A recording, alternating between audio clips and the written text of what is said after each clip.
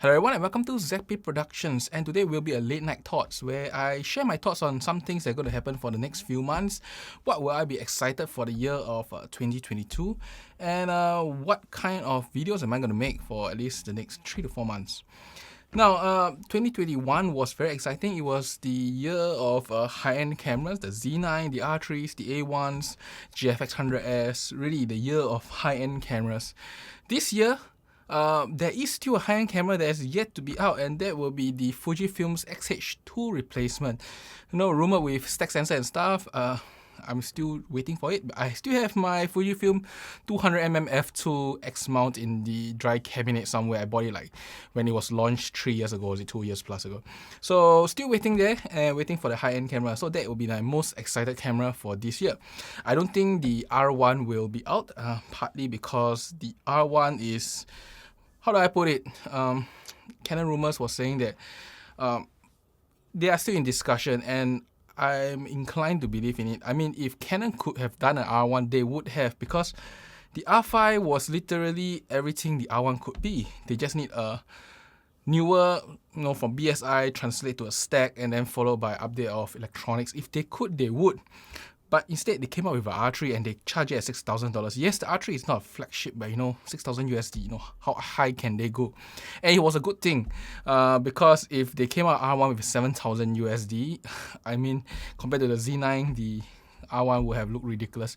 So my guess is that yes, the R1 will probably be delayed till maybe 2023, and then the R3 will probably drop maybe a $500 so that the R1 can take it at 6,500 or something like that. That's my guess. Yeah, but that being said, I don't think R1 will be out this year, but there are cameras that were supposed to replace the EOS R, which is one tier below the R6. Those cameras I'll be excited too, because I want to see how low can Canon go with a decent autofocus system. Now, Sony has always pushed out decent autofocus system, even on their lower end cameras. They are, unlike the flagships, of course, but they are decent. So I'm of course excited to see whether Canon push something like the R6 autofocus in a camera that is even cheaper than an R6. That will be very exciting, because Sony's, I would say, I didn't try the A7 IV yet, but at least my impression of the A7R4 and the A7 III wasn't anywhere near the A9 autofocus. Unlike the R5 and R6, which is very close to the R3, or in fact, depending on what you use, may be similar to R3. So that is something I'm looking out for. Now for Nikon, the only thing I'm guessing is that if they do come out with something like a Z8 or maybe a Z7 III, all they need to do is just move Z9's autofocus to a more affordable camera. That itself is exciting. I'm looking forward to it. I may not purchase it unless Nikon is kind enough to lend me. I probably won't be trying it out unless, they lend it to me.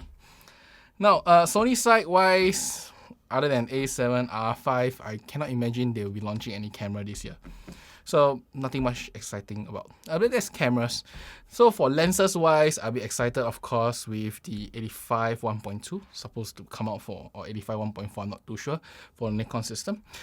For the Canon system, I would say as I'm waiting for the 35 1.2 or 1.4, and there was always this rumor of the 135 f 1.4. I hope it comes out, because definitely I'll get a lens. Definitely.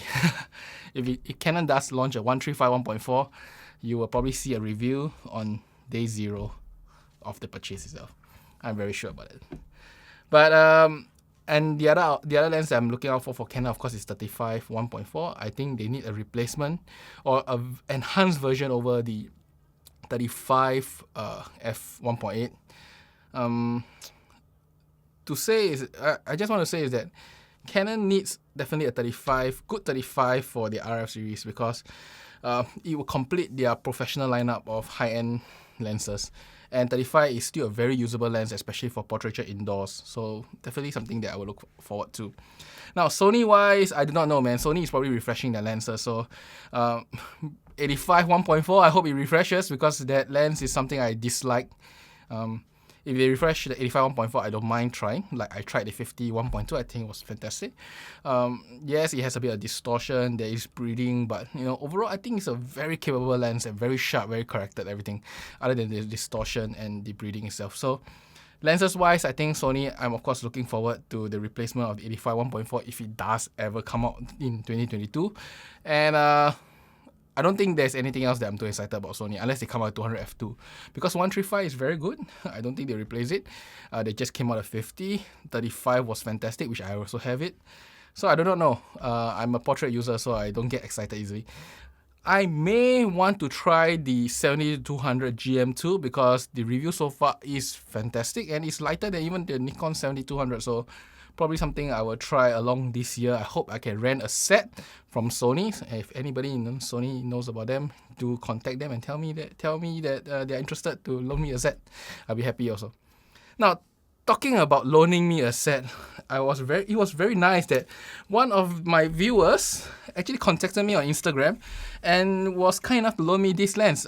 You can't see it's in partial camo, but this is the 500 PF from Nikon itself. And of course, it's going through a FTZ adapter, and I was trying with the TC. Now, initial test with the Z9 was, I would say, it's quite good. Not as high as, of course, the native 70-200 hit rate, but relatively good if you ask me. At least when I was trying out with shooting cars and RC cars running around in the car park itself, it works pretty well. And my RC car, because I got my friend to drive it, it was going very erratically. It still works very well. I'm impressed. So, look forward to the complete review of the Z9 soon. Oh, that being said, I'll also do a complete review of the R3. I think I owe people this. I did an initial review, I talked about autofocus, talked about image quality, then I stopped there. That's because the R3 is very similar to the R5, so it wasn't like super many things to rehash on. The autofocus system is very similar to the R5, in fact it's an enhanced edition of it.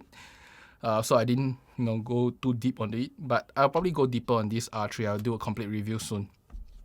And together with the Z9 and Z9 lenses. So I have quite a few Z lenses now. 70-200, 50 1.8, 24 1.8, 40 f2. I also just completed the 85 1.8. I'll probably get the 35 1.8 too. And then when the 85 1.2 do come out anytime this year or next year, I'll also be interested in it. Yeah.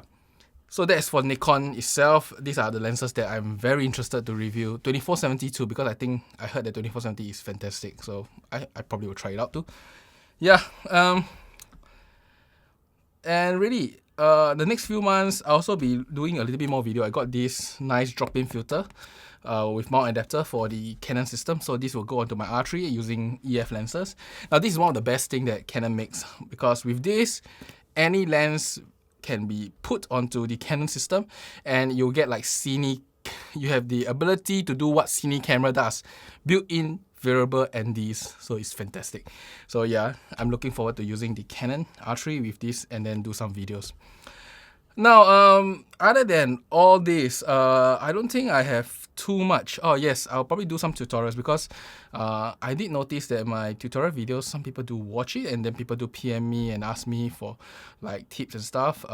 I mean, I do quite a bit of portraiture, cosplays, especially cosplay stuff because cosplay stuff are actually closer to conceptual and of course a little bit more of thought processes.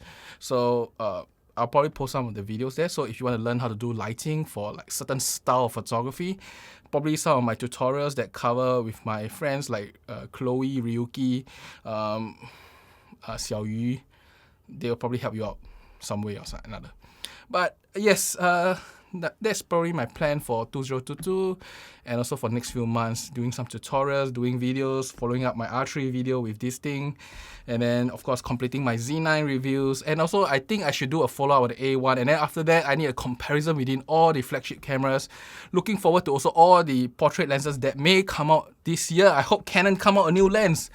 Yes, this year I hope will be an exciting one. I mean, the only flagship left is the Fujifilm. I don't think the other brands will have any flagships. So lenses are probably what will excite me this 2022. And really, that's about it. I hope you enjoy my ranting, late night thoughts. As I say, late night thoughts is really just me telling you guys what I want to do this year, what I'm going to do next few months, what am I interested in. Now, if you want to see a particular test, also do write down in the comments below. I will try to do them, especially when I have all my cameras now and some similar lenses. So till then, I'll see you guys again. Bye bye.